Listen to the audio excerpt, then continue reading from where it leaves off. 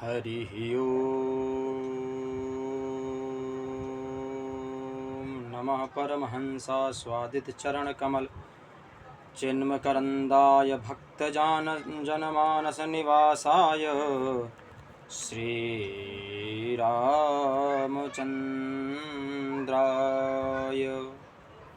ध्येयं सदा परिभवग्नं भीष्टिदोहम् तीर्थास्पदं शिवविरिञ्चनुतं शरण्यं भृत्यार्तिहं प्रणतपालभवाब्धिपोतं वन्दे महापुरुष ते चरणारविन्दम् वंशी विभूषितकरान् नवनीरदाभा पीताम्बरादरुणबिम्बफलाधरोष्ठा पूर्णेन्दुसुन्दरमुखादरविन्दनेत्रात् कृष्णात् परं किमपि तत्त्वमहं न जाने। नारायणं नमस्कृत्य नरं चैव नरोत्तमं देवीं सरस्वतीं व्यासं ततो जयमुदीरयेत्। अज्ञानतिमिरान्धस्य ज्ञानाञ्जनशलाकया चक्षुरन्मीलितं येन तस्मै श्रीगुरुवे नमः। सीतानाथसमारम्भा श्रीरामानन्दार्यमध्यमाम् अस्मदाचार्यपर्यन्तां वन्दे श्रीगुरुपरम्पराम्। गौराङ्गं रसमयं नित्यं रसाचार्यं रसोत्सुकम् श्रीरामहर्षणदेवाख्यं सद्गुरुं प्रणमाम्यहम्। जय जय श्रीराधारमण जय जय नवलकिशोर जय गोपीचितचोर प्रभु जय जय माखन चोर। राधा मेरी स्वामिनी मैं राधा जुको दास जन्म जन्म मोहि दीजो श्री वृंदावन में वास। जन्म जन्म मोहि दीजो श्री वृंदावन में वास। सिय राम मैं सब जग जानी करहु प्रणाम जोर जुग पानी।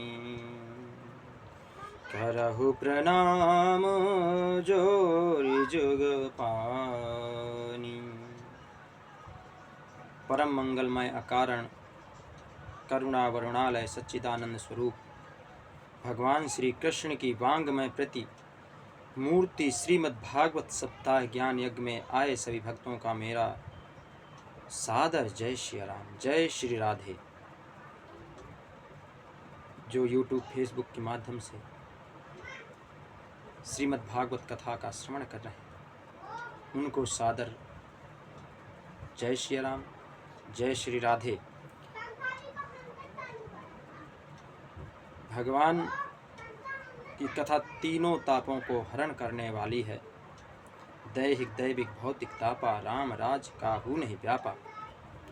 आज हम सभी के जन्म जन्मांतरों के भाग्य उदय हुए हैं, जिस कारण आज हमें यह देव दुर्लभ भगवती गंगा में गोता लगाने का और हमें गान करने का सौभाग्य प्राप्त हुआ है। आइए मन तथा वाणी को पवित्र करते हुए हरि नाम संकीर्तन करें। श्री कृष्ण गोविंद हरे मुरारी हे नाथ नारायण वासुदेवा। श्री कृष्ण गोविंद हरे मुरारी हे नाथ नारायण वासुदेवा। सच्चिदानंद रूपाय विश्वोत्पत्त्यादिहेतवे तापत्रय विनाशाय श्रीकृष्णाय वयं नमः। भगवान का स्वरूप कैसा है? सत्य चित आनंद घन। सत्य घन, चित घन, आनंद घन। घन घन क्यों लगाया गया? घन वह ठोस वस्तु है जिसमें कोई अन्य वस्तु समाहित ना हो सके, इसलिए हमारे प्रभु सतचित आनंद है। विश्वोत्पत्त्यादि हेतवे, प्रभु करते क्या हैं? विश्व की उत्पत्ति करते हैं, पालन करते हैं, सृजन करते हैं और संहरण करते हैं। जो तीनों के हेतु हैं, तापत्रय विनाशाय, इनको सुनने से, श्रीमद्भागवत कथा सुनने से हमारे तीनों प्रकार के ताप नष्ट हो जाते हैं। दैहिक, दैविक, भौतिक, मनसा वाचा कर्मणा, तीनों प्रकार के पाप नष्ट हो जाते हैं। इसलिए हम सभी मिलकर के भगवान के पाद पद्मों में बारंबार प्रणाम करते हैं, बारंबार प्रणाम करते हैं। भाग्योदयेन बहुजन्म समर्जितेन सत्संगम च लभते पुरुषो यदायमये। अज्ञान हेतुकृत मोह मदान्धकारनाशं विधाय हि तदोदयेति विवेकः। जब हमारे कई जन्मों के पुण्य उदय होते हैं, तब हम श्रीमद् भागवत कथा का आयोजन कराते हैं। भागवत कथा हमें कभी भी मनोरंजन की दृष्टि से नहीं सुननी चाहिए, कभी भी श्रवण नहीं करनी चाहिए। मनोरंजन की दृष्टि से सुनने में अपराध होता है। जो इसे सुनता है वो अपराध करता है। इसलिए कभी भी हमें श्रीमद् भागवत कथा, राम कथा मनोरंजन की दृष्टि से कभी भी नहीं सुननी चाहिए।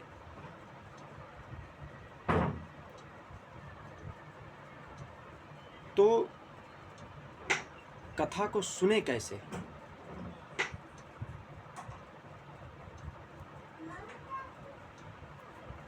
कथा को ऐसे सुनना है कि हमारे मन में किंचित मात्र भी अगर भगवान के प्रति प्रेम दृढ़ निश्चय हो जाए तो समझिए कि हमारा सुनना सार्थक हो गया। इस भाव को मन में रखते हुए भगवान के लिए निश्चय, निष्ठा, एक निष्ठा बनाकर सुननी चाहिए। भागवत का अर्थ क्या है? भागवत, भा से भक्ति, ग से ज्ञान, व से वैराग, ता से त्याग या तारना। जो भागवत कथा सुनता है उसके हृदय में भक्ति, ज्ञान, वैराग, और वो इस लोक से मोक्ष को प्राप्त कर परलोक में चला जाता है, तर जाता है। जब व्यास जी ने चारों वेदों की रचना की, 6 शास्त्र लिख डाले, 17 पुराण लिख डाले, तब भी व्यास जी को मन में शांति नहीं, और वो सोचने लगे कि इनमें विधि निषेध की बातें बहुत हैं, कोई सरलतम साधन हो जिससे जीवों का कल्याण हो सके। तब व्यास जी ने 18वें पुराण के रूप में श्रीमद् भागवत की रचना की, और भागवत की रचना करने के पश्चात भागवत को लेकर के श्री लक्ष्मी नारायण के पास पहुंचे और नारायण को प्रणाम करके व्यास जी ने कहा, प्रभु, ये मैंने जन कल्याण के लिए आपके मुख से कही गई भागवत कथा का विस्तार किया, चतुस श्लोकी भागवत का विस्तार किया है, आप इसको आशीर्वाद दें। भगवान प्रसन्न हो गए। बोले इसका अर्थ क्या है? व्यास जी ने कहा भागवत प्रोक्तम इति भागवतम, जो आपके मुख के द्वारा कही गई वाणी ही भागवत है। भगवान प्रसन्न हो गए और दोनों हाथों से आशीर्वाद दिया। वहीं माँ जी रूठ गई, लक्ष्मी मैया रूठ गई और उन्होंने आशीर्वाद नहीं दिया। व्यास जी ने कहा माँ आप आशीर्वाद क्यों नहीं दे रही हैं? लक्ष्मी जी ने कहा व्यास जी इसमें जब हमारा नाम ही कहीं नहीं है तो हम क्यों आशीर्वाद दें? जिसका नाम उनसे आपने आशीर्वाद प्राप्त कर लिया, अब आप अपने आश्रम को जाएं। व्यास जी ने कहा नहीं माँ जी, ये भगवत्या प्रोक्तम इति भागवतम, ये आपके मुख से कही गई भागवत, जगदम्बा के द्वारा कही गई भागवत शब्द की विग्रह है। तब लक्ष्मी जी ने कहा ये व्याकरण के शब्द हमको न बतलाइए, अगर हमारा प्रत्यक्ष रूप से इसमें नाम आएगा तभी हम आशीर्वाद देंगे। तब व्यास जी ने इसको श्रीमद् भागवत महापुराण कर दिया। श्री का अर्थ होता है लक्ष्मी, मद का अर्थ होता है पूर्ण।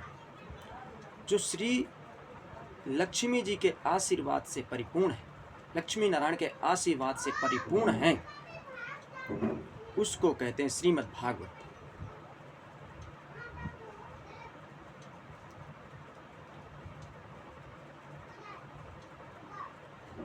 तो तब से इसका नाम श्रीमद् भागवत महापुराण। महाभागवत श्री सुखदेव जी का ध्यान करके सूत जी महाराज नैमिषारण्य की पावन भूमि पर सनकादिक आदि ऋषियों को कथा श्रवण करा रहे। आइए हम सब भी मिलकर के अपने मन को वहीं लेकर चलते हैं। नैमिषारण्य क्षेत्र है क्या? इसका नाम कैसे नैमिषारण्य पड़ा?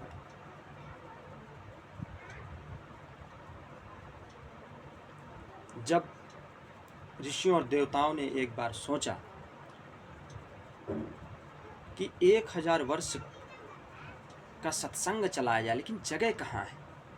किस जगह जहाँ शांत वातावरण हो, कोई शोर ना होता हो। विचार कर रहे थे लेकिन कहीं जगह समझ में नहीं आई, तो बोले चलो विधाता से पूछते हैं। और सब मिलकर के ब्रह्मा जी के पास गए और ब्रह्मा जी को प्रणाम करके पूछा कि पितामह आप तो इस सृष्टि के रचयिता हैं, आपको मालूम है किस जगह पवित्र भूमि है, आप हमको बताइए। बोले आप हमारी समस्या को दूर कीजिए। ब्रह्मा जी ने कहा कौन सी समस्या है, कैसी समस्या है?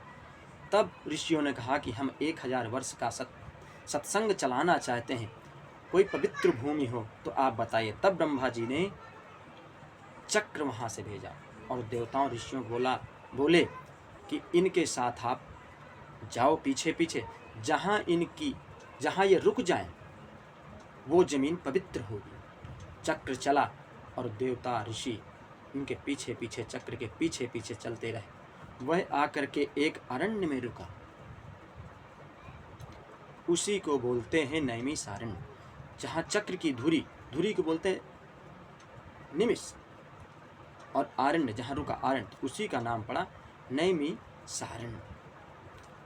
ये उत्तर प्रदेश जिले में लखनऊ से 130 किलोमीटर सीतापुर डिस्ट्रिक्ट में, सीतापुर डिस्ट्रिक्ट से 30 किलोमीटर है नैमिषारण्य क्षेत्र। तो ऐसे नैमिषारण्य क्षेत्र पड़ा। इसको चक्र तीर्थ भी कहते हैं। वहीं बट वृक्ष के नीचे बड़ा विशाल का बट वृक्ष है, वहीं पर सूत जी महाराज का आसन बनाया गया, व्यास गद्दी सजाई गई और सनकादिक सभी आदि ऋषि बैठ करके कथा श्रवण करने लगे।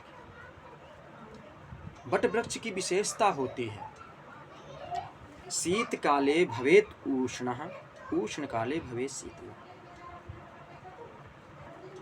गर्मियों में ठंडक प्रदान करता है और सर्दियों में गर्माहट देता है।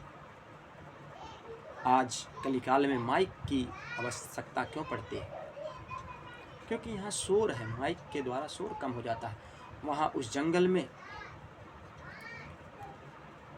शोर नहीं था, वहाँ तो ऑटोमेटिक इकोसिस्टम था, एक बार बोलो 3 बार आवाज आती थी।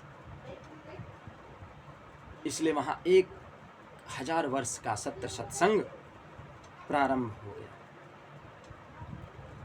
सनकादिक उम्र में सूत जी से बहुत बड़े हैं, वयोवृद्ध है, परम विद्वान है, लेकिन भगवान की कथा सुनने में बड़े परम रसिक हैं।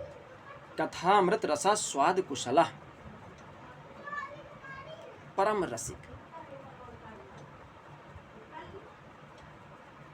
अच्छा, रसिक कौन है?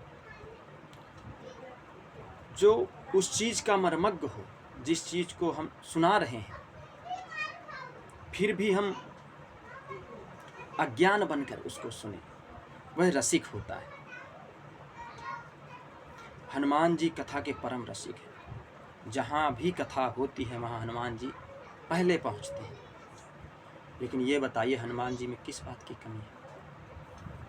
अगर हम कहें कि बुद्धिमान नहीं है, पहलवान थे तो बुद्धिमान नहीं है, तो बुद्धि नाम अग्रगण्यम, बुद्धि में सबसे आगे। अगर हम कहें कि गुण नहीं तो सकल गुण निधानम, गुणों की खान है।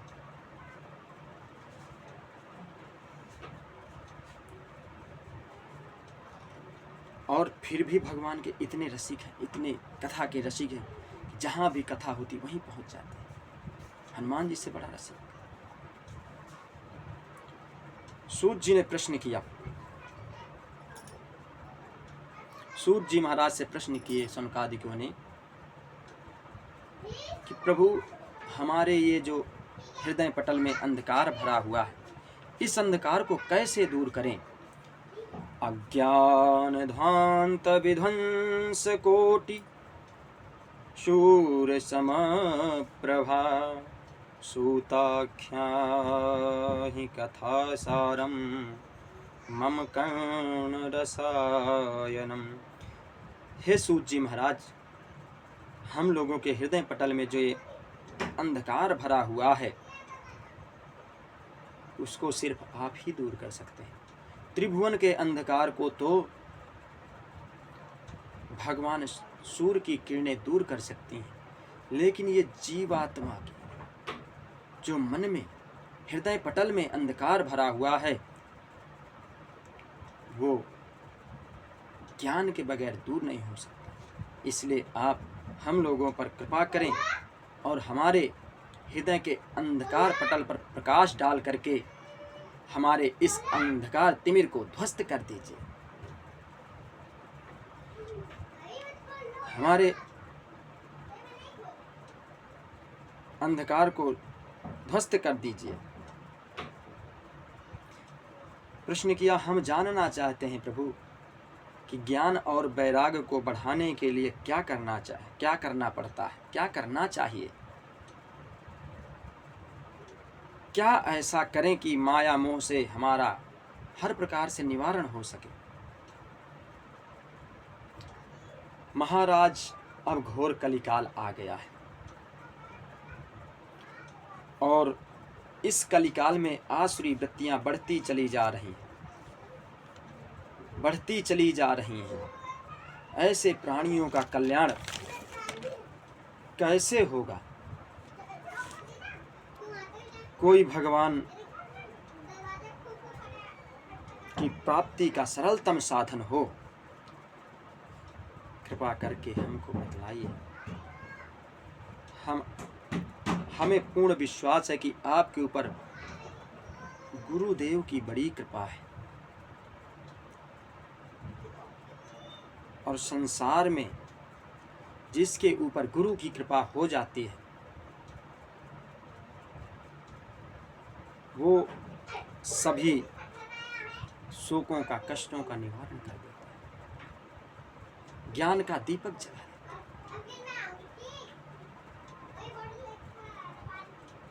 अगर किसी व्यक्ति को चिंतामणि मिल जाए, वह व्यक्ति जिस वस्तु का चिंतन करे वह प्रकट हो जाती है। अगर किसी व्यक्ति को कल्प वृक्ष मिल जाए तो उस वृक्ष के नीचे बैठकर जिस चीज की कल्पना करता है वो प्रकट हो जाता है। लेकिन ये दोनों मिलकर भी भगवान का साक्षात नहीं करा सकते। चिंतामणिर्लोक सुखम सुरुद्रुः स्वर्ग संपदम प्रयच्छति गुरु प्रीतो वैकुंठम योगी दुर्लभम। लेकिन गुरु की कृपा के बगैर यह संभव नहीं है। तो आप इस कलिकाल के प्राणियों पर कृपा करें और सरलतम से सरलतम साधन उपाय बताएं जिससे इस कलिकाल के मनुष्यों का कल्याण हो सके।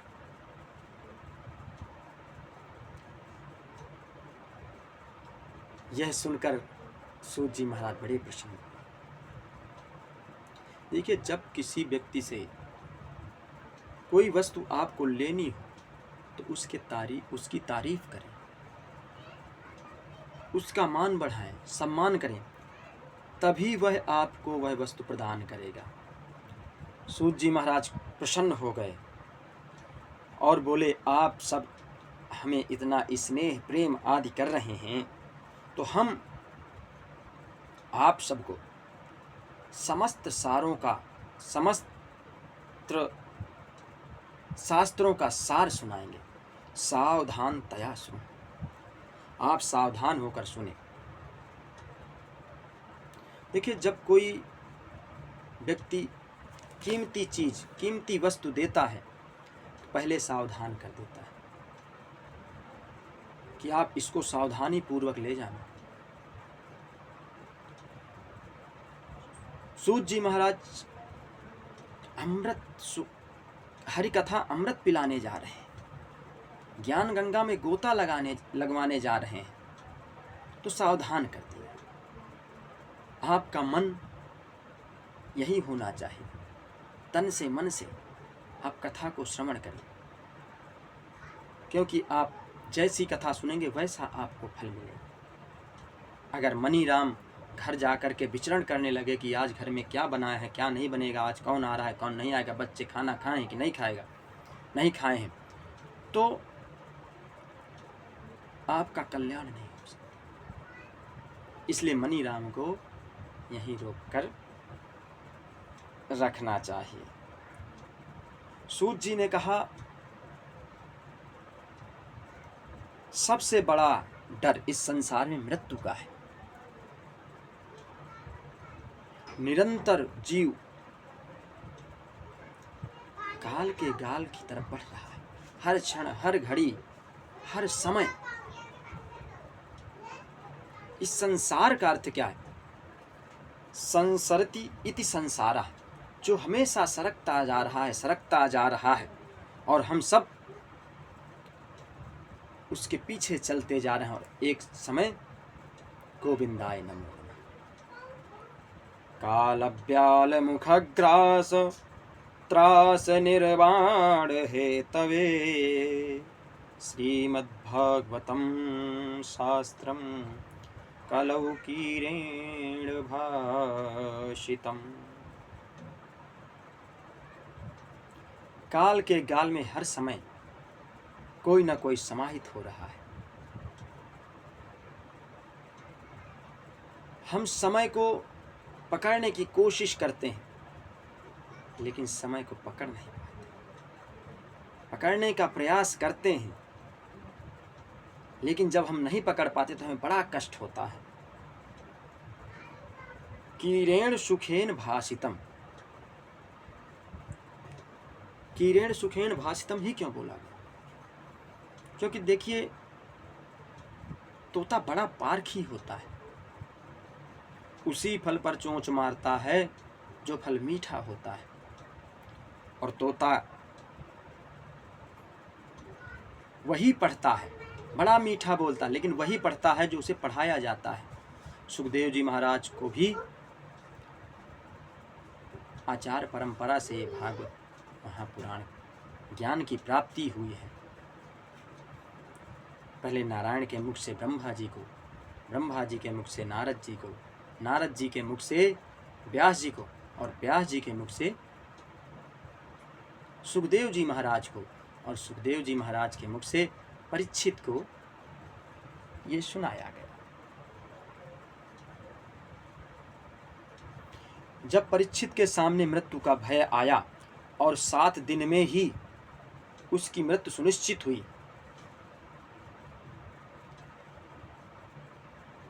तब परीक्षित जी अपने कल्याण का मार्ग ढूंढने के लिए गंगा तट पर पहुंच गए।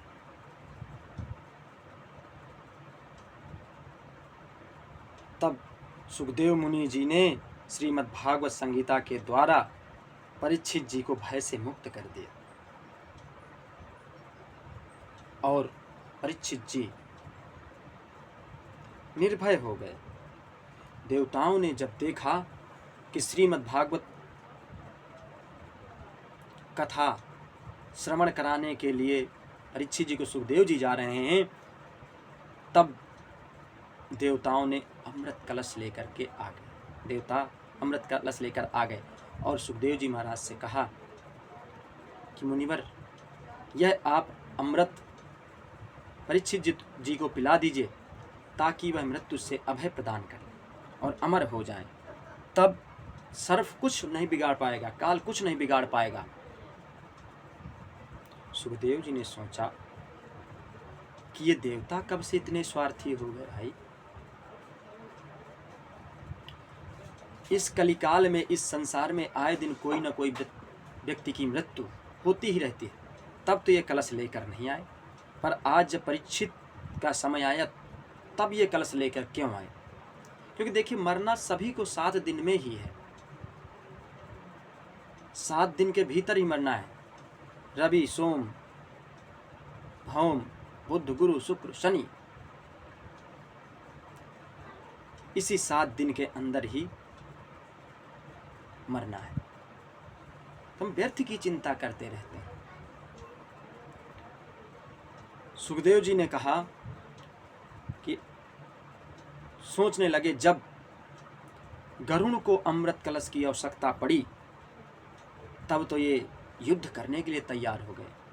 जब कद्रुम और बिनता में होड़ हुई और बिनता शर्त हार गई और सर्प की माता कद्रुम का दासत्व स्वीकार किया, इसी कारण गरुड़ भगवान भी दासी पुत्र बन गए और सर्प इनके ऊपर बैठ कर यहाँ चलो वहाँ चलो।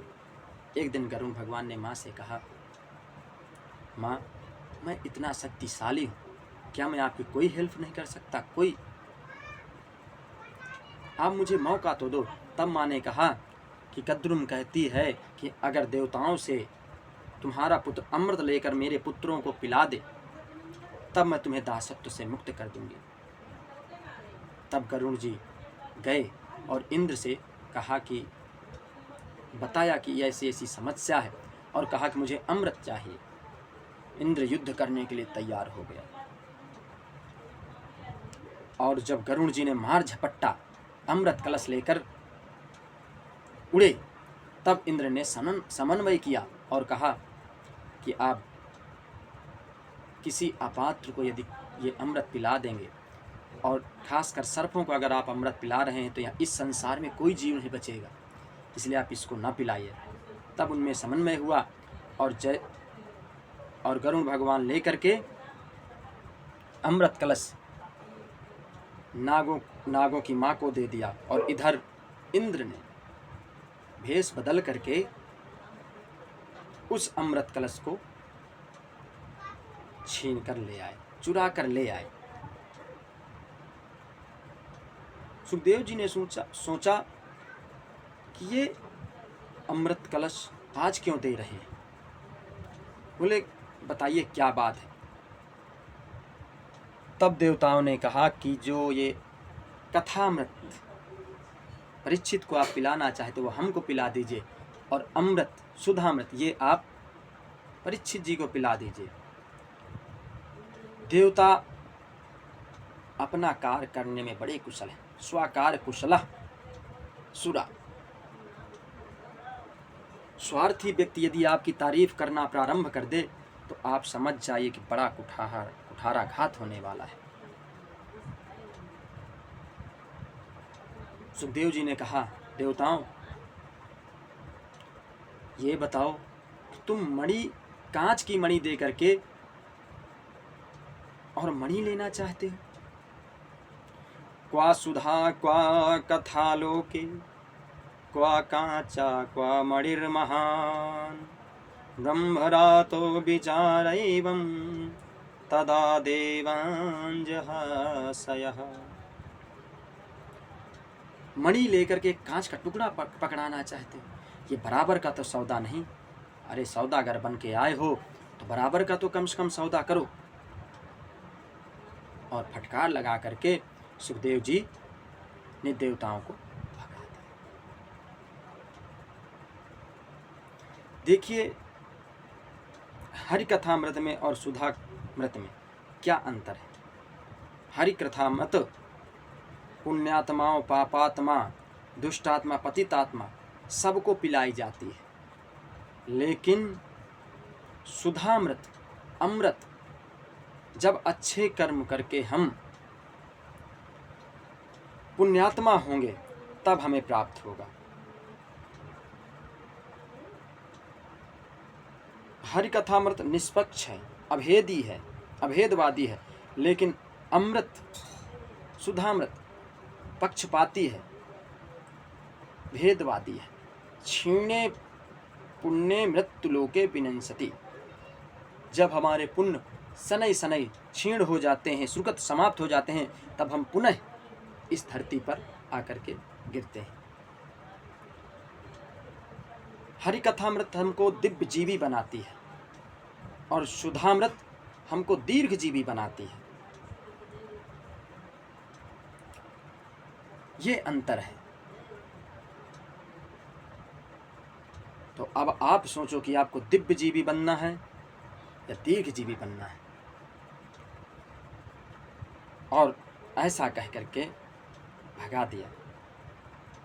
दोनों वक्ता और श्रोता दोनों को भगवान ने गर्भ में ही दर्शन प्राप्त किए हुए थे, इसीलिए इनको कोई छल नहीं सकता, इसीलिए देवता भी छल नहीं सके। और नाराज होकर के ब्रह्मा जी के पास गए, बोले हम सुखदेव जी महाराज के पास गए थे याचना करने कि हमको कथा अमृत पिलाई जाए और परीक्षित को ये अमृत पिला दिया जाए, तब उन्होंने डांट करके भगा दिया। ब्रह्मा जी ने सोचा क्या है ऐसा इसमें। और ब्रह्मा जी ने जब देखा कि परीक्षित को 7 दिन में मोक्ष की प्राप्ति हुई और वो सभी भय से मुक्त हो गया, तब तौला। और जब तौला तो एक तरफ श्रीमद् भागवत महापुराण और दूसरी तरफ अनेक शास्त्र धर्म ग्रंथों को रखा, लेकिन श्रीमद् भागवत पुराण का पढ़ना भारी रहा। और उसी समय घोषणा कर दी कि श्रीमद् भागवत में हरि नाम की श्यामलता समाई है और यह श्री कृष्ण की वांगमय प्रति स्वरूप का शब्द विग्रह है। इसको जो पढ़ेगा सुनेगा उसका कल्याण निश्चित रूप से होगा।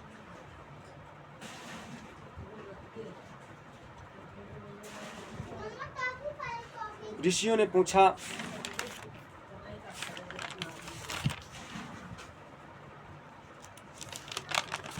सूत जी से कि महाराज ये 7 दिन में सुनने की परिपाटी कहाँ से प्रारंभ हुई और कैसे प्रारंभ हुई। तब सूत जी कहते हैं,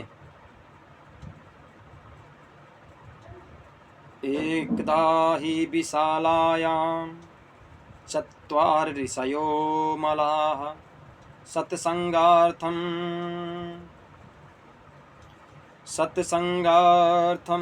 सममातः दादृष्टानारदम्। एकदा हि विशालायां चत्वार ऋषयोत्मलः सत्संगार्थं समायाता दादृशोऽस्त्र नारदम्। एक बार बद्री विशाल में सनक सनंदन सनत कुमार चारों भैया ने देव ऋषि नारद जी को सुनाई। तब सनकादिक प्रभु वे कैसे सुना दी? हमने सुना है कि देव ऋषि नारद एक क्षण से अधिक कहीं पर टिकते नहीं और 7 दिन बैठकर कैसे कथा सुनी, कहाँ सुनी, कैसे सुना, कृपा करके बतलाइए। तब सूत जी कहते हैं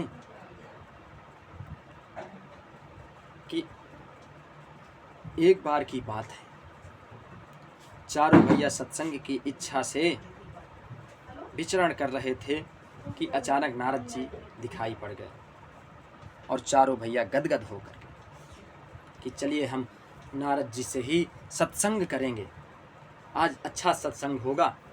नारद जी मिल गए हैं और गदगद होकर जब नारद जी के पास गए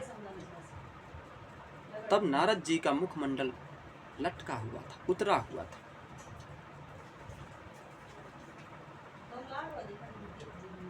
चारों भाइयों ने प्रश्न किया, नारद जी आपका यह मुखमंडल लटका क्यों है, क्या बात है? आपकी कोई वस्तु चोरी हो गई? ऋषियों का परम धर्म है दूसरे के दुख में दुखी होना, दूसरे के सुख में सुखी होना। लेकिन जब ऋषि मुनि साधु संत महात्मा ही दुखी रहेंगे तो जीवधारियों का क्या होगा, गृहस्थ वालों का क्या होगा? ये जो संसारी जब अनेकों अनेक कष्ट से परेशान हो जाते हैं तब ब्राह्मणों के, संतों के चरणों में जाते हैं और संत ब्राह्मण भगवान के सेवा बता देते हैं, इससे कल्याण हो जाता है। अगर संत महात्मा ब्राह्मण ये ही दुखित होने लगे तो इन संसारियों का क्या होगा? और ऋषियों के पास तो ऐसा कोई धन होता ही नहीं जिसे चोर चुरा ले। देखिए, चारों भाइयों का सिर्फ कथा मात्रैक जीवना, सनत सनंदन सनातन सनत कुमार का एक ही काम है। वयोवृद्ध है, पूर्वजों के भी पूर्वज हैं, लेकिन आयु सिर्फ 5 वर्ष की। सिर्फ सत्संग से आज तक 5 वर्ष से आयु बढ़ी ही नहीं।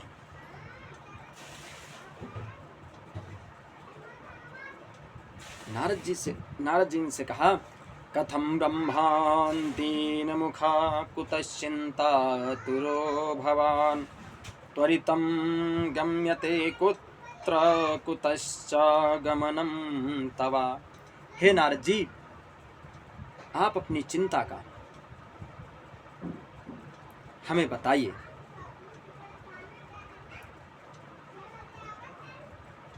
क्या बात है? कोई चोर तो चुरा नहीं सकता, सिर्फ ऋषियों का, संतों का एक ही धन है। हमारो धन राधा श्री राधा श्री राधा, परम धन राधा श्री राधा श्री राधा। हमारो धन राधा राधा राधा राधा राधा, हमारो धन राधा श्री राधा श्री राधा। राम नाम का धन है, राधा नाम का धन है, कौन चुरा सकता है? तब नारद जी ने बताया। क्या बताया? नोचिदम वाद कारणम, अपना दुख बतलाइए। जब कहा चारों भाइयों ने, तब नारद जी ने बताया कि एक बार मैं सत्संग की कामना से, इच्छा से इस संसार में घूमता, अनेक लोकों में गया। पुष्करम चा प्रयागम चा काशीम गोदावरीम तथा हरिक्षेत्रे कुरुक्षेत्रम श्रीरंग सेतुबंधनम श्रीरंगम सेतुबंधनम। मैं समस्त भूमंडल में गया, क्या देखा? पाखंड निरतः संतः, पाखंड से सारे संत भर गए, पाप कर रहे हैं, पाखंड कर रहे हैं। पापस्य खंडा पाखंडा, जो पाप का खंड खंड कर दे उसको बोलते पाखंड। पाप से भी अधिक पाखंड है।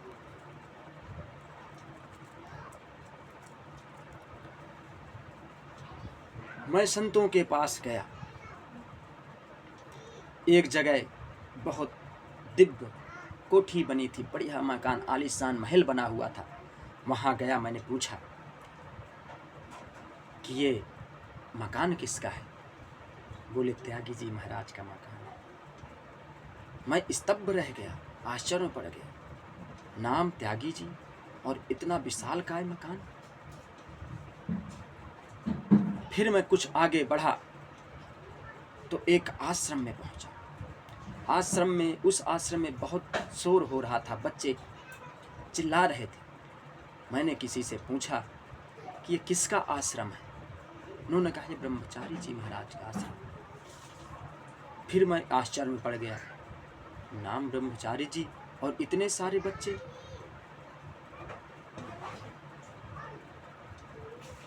शोर कर रहे हैं। फिर मैं आगे गया तो एक जगह अधिक शोर हो रहा था, इतना शोर हो रहा था कि वहाँ टिका ना जाए। मैंने किसी से पूछा, भैया ये किसका आश्रम? बोले मौनी बाबा का आश्रम है। फिर मैं आश्चर्य में पड़ गया, अरे मौनी बाबा का आश्रम और इतना शोर। मैंने सोचा चलो गृहस्थों के पास चलते हैं, गृहस्थ तो कम से कम सुरक्षित होंगे, ऐसा पाखंड नहीं होगा। जब मैं गृहस्थों के पास पहुंचा तो क्या देखा? तरुणी प्रभुतागे हे श्याल को बुद्धिदाय कहा, कन्या विक्रीण्यो लोभा दंपतिनाम चकलकनम। गृहस्थों में देखा कि माता पिता की सेवा तभी तक होती है जब तक तिजोरी की चाबी वह सौंपते नहीं, और जिस दिन से तिजोरी की चाबी सौंप देते हैं उस दिन से सेवा बंद हो जाती है। फिर उनका क्रय विक्रय होता है। 4 बच्चे हैं तो बड़ा कहता है कि 2 महीने आप रखो, छोटा कहता 2 महीने, इसी तरह वो इधर उधर भटकते रहते हैं। सेवा बंद हो जाती है और उनसे कोई वार्तालाप भी करने के लिए तैयार नहीं होता। जिन बच्चों को हमने पैदा किया, बड़ा किया, पाल पोष करके कितना कष्ट सहा, और वो बच्चे अंत समय में हमको बाहर कर दें, कितना दुख होता है। जैसे ही श्रीमती जी का चलावा चला, निकाल करके या तो वृद्धा आश्रम में डाल देते हैं या घर के बाहर खटिया डाल देते हैं, चारपाई डाल देते हैं। और जब भी कोई अवसर आता है तो भाइयों से सलाह नहीं लेते। ससुराल से साले साहब को बुलाया जाता है, आप आइए और यहाँ देखिए। श्रीमती जी का चलावा चलता है और साले से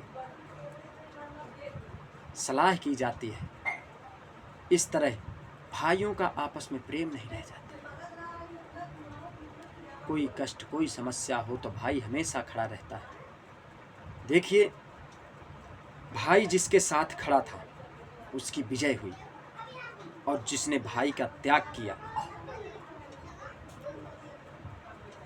उसकी हार हुई। रावण ने विभीषण का त्याग किया तो उसको पराजय का सामना करना पड़ा, और राम जी के साथ लक्ष्मण जी सदा अटल खड़े थे तो विजय पताका लहराई। भाई से बड़ा कोई शत्रु नहीं होता और भाई से बड़ा कोई मित्र भी नहीं होता। इसलिए जहाँ तक हो सके अपने भाई को अपने से अलग नहीं करना। भाई भुजा होता है, अगर दोनों भुजाएं कट जाएं तो आप क्या कर लोगे? कैसे कपड़े पहनोगे? कैसे खाना खाओगे? परेशान हो जाओगे। पराई आशा परे सुपासा, दूसरे की आशा पर आप निर्भर हो जाओगे और कभी मिलता है कभी नहीं मिलता। इसलिए आप अपने भाई को बचा कर रखें। कोई गलती हो जाए क्षमा कर दो। क्षमा बड़न को चाहिए छोटन को उत्पात। अगर छोटा भाई कभी गलती करता है तो बड़े भाई का कर्तव्य है उसको माफ़ करना। आप माफ़ कर दो।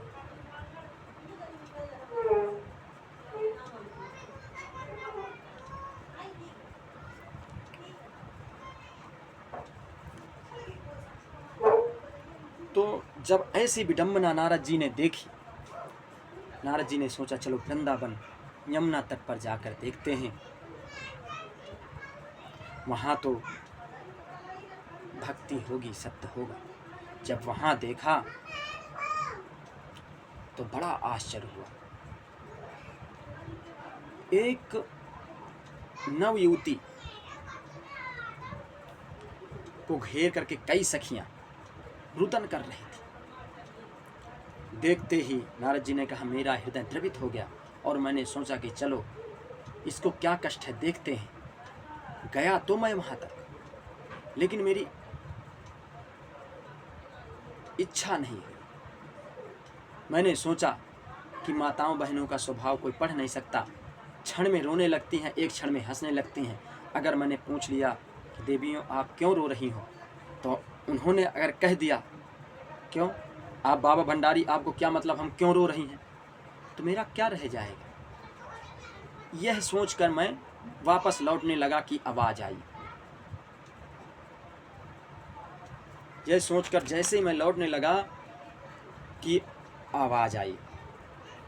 तत्राश्चरं मया दृष्टं ह्रूयतां तन्मुनीश्वरा एकदा तु तरुणी तत्र निषण्णां खिन्नमानसः। खिन्न मना भर से आवाज़ आई, भो भो साधो क्षणं तिष्ठं मञ्चिन्तामपि नाशयं दर्शनं तव लोकस्य सर्वथा गहरं परम। उस युवती ने आवाज़ दी, हे महाराज जी आप कहाँ भागे जा रहे हैं, रुकिए और मेरे इस शोक को, इस कष्ट का निवारण कीजिए। संतों का हृदय तो जीवन का कल्याण के लिए ही हुआ है। संतों का दर्शन मात्र से ही जीव का ताप संताप सब नष्ट हो जाते हैं, जन्म जन्मांतरों के भाग उदय हो जाते हैं।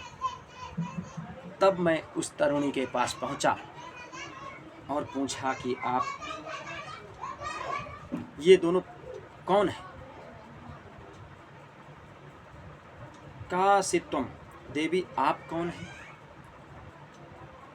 कामिमौ यह बुढ़े दोनों जो पड़े हैं, ये बुढ़े जो दोनों पड़े हैं ये कौन है। का इमाम ये देवी ये घेर कर आपको सब क्यों खड़ी हैं। तब उसने परिचय बताया, अहम भक्तिरिति ख्याता इमौ मयो मे तनयो मतौ ज्ञान वैराग्य नामानो कालयोगेन जर्जरो। अहम भक्तिरिति ख्याता इमौ मे तनयो मतौ ज्ञान वैराग्य नामानो कालयोगेन जर्जरो। महाराज मेरा नाम भक्ति है, मैं भक्ति नाम से विख्यात हूँ। ये दोनों जो बुढ़े हैं ये मेरे पुत्र हैं, मेरे बच्चे हैं। इनका नाम है ज्ञान और वैराग्य। समय की विडंबना तो प्रभु देखिए, महाराज देखिए, मैं यहाँ आकर के नवयुवती हो गए और मेरे दोनों बच्चे बुढ़े हो गए, जर्जरित हो गए। यही मेरे दुखों का मूल कारण है। माँ युवती हो जाए और उसकी आंखों के सामने उसके पुत्र बुढ़े हो जाएं, रोगी हो जाएं, तो माँ को इससे बड़ा कष्ट क्या।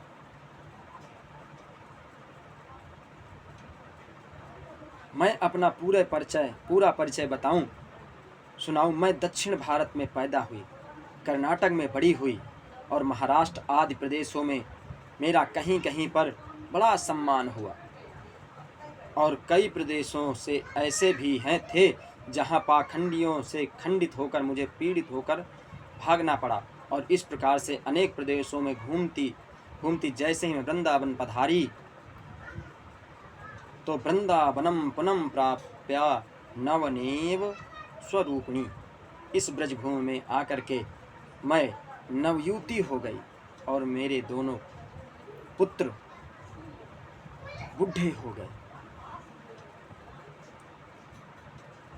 अगर आपने मेरे दोनों पुत्रों को सही नहीं किया तो मैं इस देश को छोड़ करके विदेश चले जाऊंगी। इदम स्थानम परित्यज्य विदेशो गम्यते मया। देखिए कितना भी अच्छा प्रवक्ता हो, लेकिन जब तक विदेश की मोहर नहीं लगती तब तक हम उसको प्रवक्ता मानते ही नहीं। जैसे ही भक्ति महारानी ने कहा मैं विदेश चली जाऊंगी, नारद जी ने कहा आपको कहीं नहीं जाना, और मैं वचन देता हूं कि ये दोनों ज्ञान और वैराग्य पुनः युवा हो जाएंगे। और जैसे ही वचन नारद जी ने दिया, भक्ति महारानी खुश हो गई और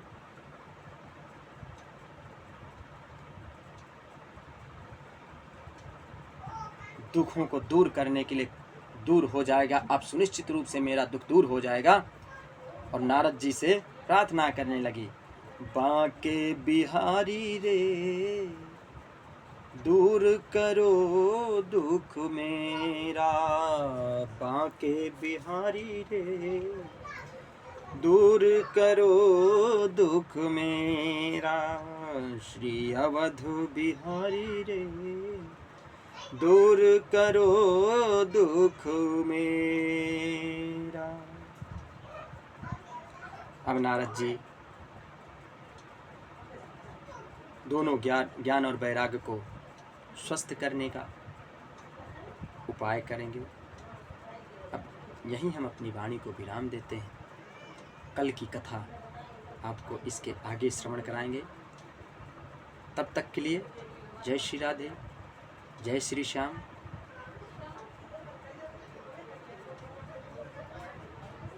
जय श्री राधे।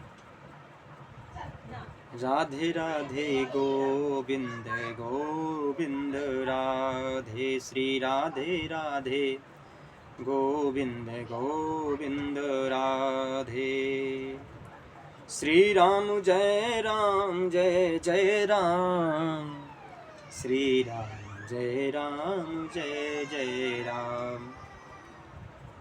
कल तक के लिए सभी को सादर जय श्री राम, जय श्री राधे। कल